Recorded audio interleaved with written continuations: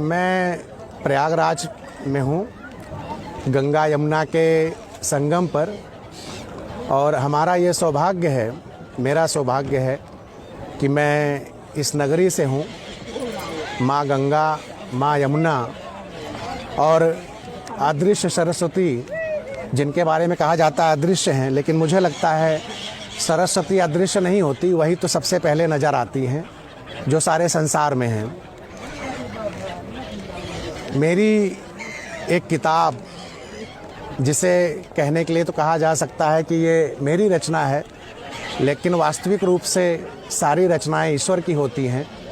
सारे संसार की रचना ईश्वर ने की है, कान्हा ने की है, तो ये कान्हा की ही रचना है। उन्हीं की एक रचना जिसका मैं माध्यम मात्र हूँ, एक किताब जिसका शीर्षक है काश 8वीं संतान लड़की होती।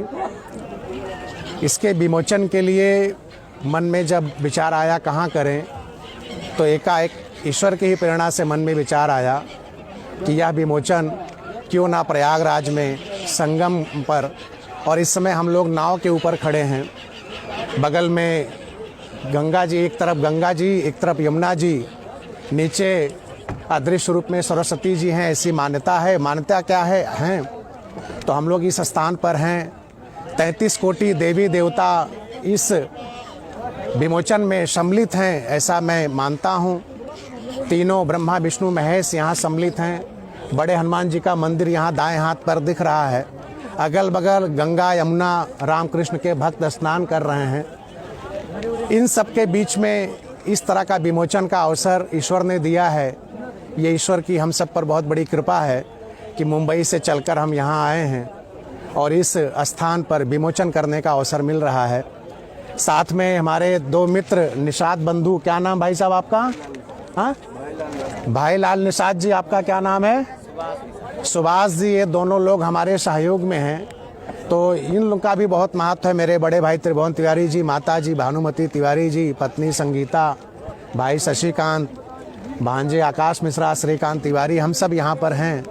और यहाँ रहकर विमोचन करते ऐसे लग रहा है कि मैं संसार की सारी शक्तियों के साथ एक साथ जुड़ा हूँ। वैसे तो हर व्यक्ति, हर जीव संसार की सारी शक्तियों के साथ एक साथ जुड़ा होता है, लेकिन इस समय मुझे लग रहा है कि मैं सच में महसूस कर पा रहा हूँ कि इस स्थान के महत्व को, यहाँ की पौराणिक कथाओं के महत्व को, यहाँ के धार्मिक महत्व को, आध्यात्मिक महत्व को और वैज्ञानिक महत्व को भी।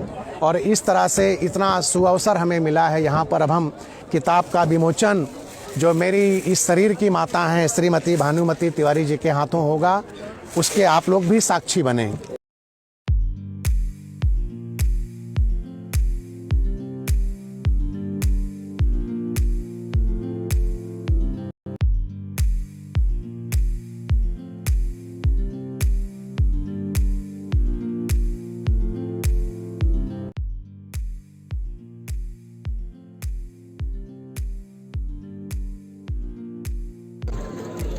ये माँ गंगा यमुना सरस्वती सभी देवी देवताओं के समक्ष काश 8वीं संतान लड़की होती का विमोचन हो रहा है।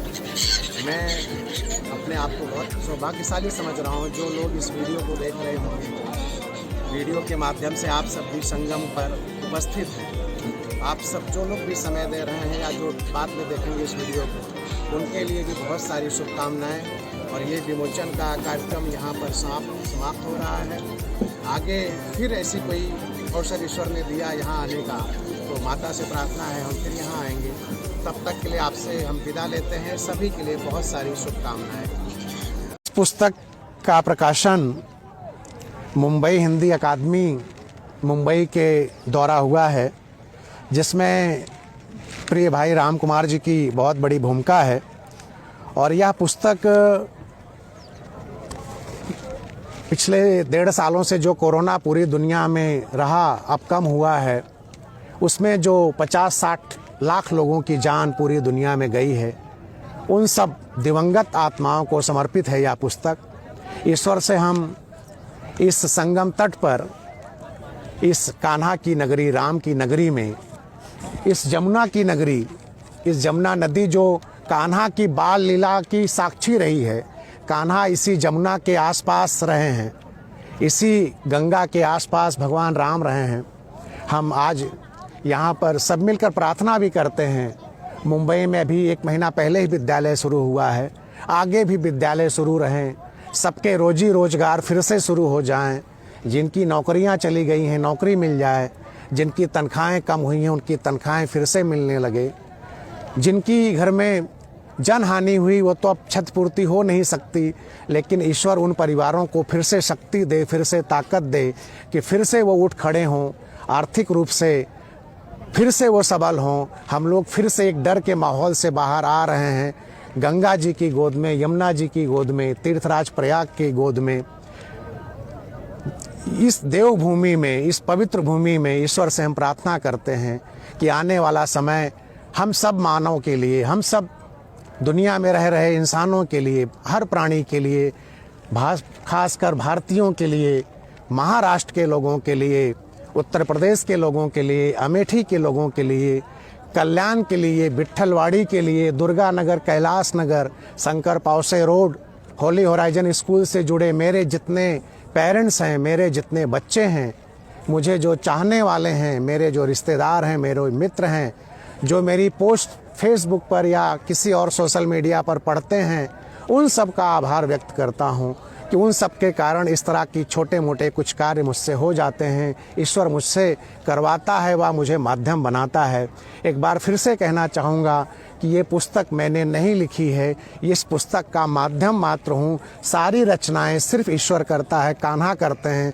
रचना का अधिकार और किसी को नहीं है, वो श्रेय दे देता है, ये उसकी महानता है, ये उसकी कृपा है। अभी जैसे हम नाव में आ रहे थे, 2 नाविक हमें यहाँ ला रहे थे, उस समय हम 8 लोग नाव पे बैठे थे, 2 ये 10 लोग थे। तो जिस तरह से हमें उस घाट से इस घाट तक, संगम के बीच तक ये लोग मुझे खेकर लाए हैं, कहने को तो मैं कह दूंगा कि मैं नाव से आया, लेकिन मुझे खेने का काम इन 2 निषाद लोगों ने किया है। इन 2 सुभाष और बड़े भैया लाल जी और सुभाष जी ने किया है। इन लोगों ने हमें खेकर यहाँ लाया है। या जैसे हम सुबह अमेठी से यहाँ तक आए तो हम कह सकते हैं हम आए, लेकिन वो जो मारुति वैन है उसके माध्यम से हम आए। शशिकांत तिवारी उसे चला रहे थे। उस सड़क ने हमारी सहायता की, सूरज की रोशनी ने सहायता की, प्रकृति के एक एक कण ने हमारी सहायता की है, और हमारे शरीर में भी प्रकृति का एक एक कण है और ईश्वर की ही सारी रचना है। और हम सौभाग्यशाली, फिर से इतना मैं भावुक हूँ कि हर बातें इस समय आपसे शेयर नहीं कर पा रहा हूँ। फिर जब भी फुर्सत मिलेगी, थोड़ा और अच्छे से शांत मन होगा, तो मैं हर चीज़ को विधिवत लिखूँगा कि मैं यहाँ क्या महसूस कर रहा हूँ, इसी स्थान को विमोचन के लिए क्यों चुना, इसके बारे में फिर से मैं आपको चर्चा करूँगा। मैं अपनी बातें समाप्त करता हूँ। जो लोग वीडियो देख रहे हैं या कुछ देर बाद देखेंगे, उन सब के लिए बहुत बहुत शुभकामनाएं। फिर मिलेंगे एक नई उम्मीद, एक नई आशा के साथ और एक नई दुनिया के साथ, जो कोरोना भूल चुकी होगी, कोरोना से उबर चुकी होगी। तब तक के लिए अब हम सब आपसे विदा लेते हैं। तब तक के लिए जय श्री कृष्णा।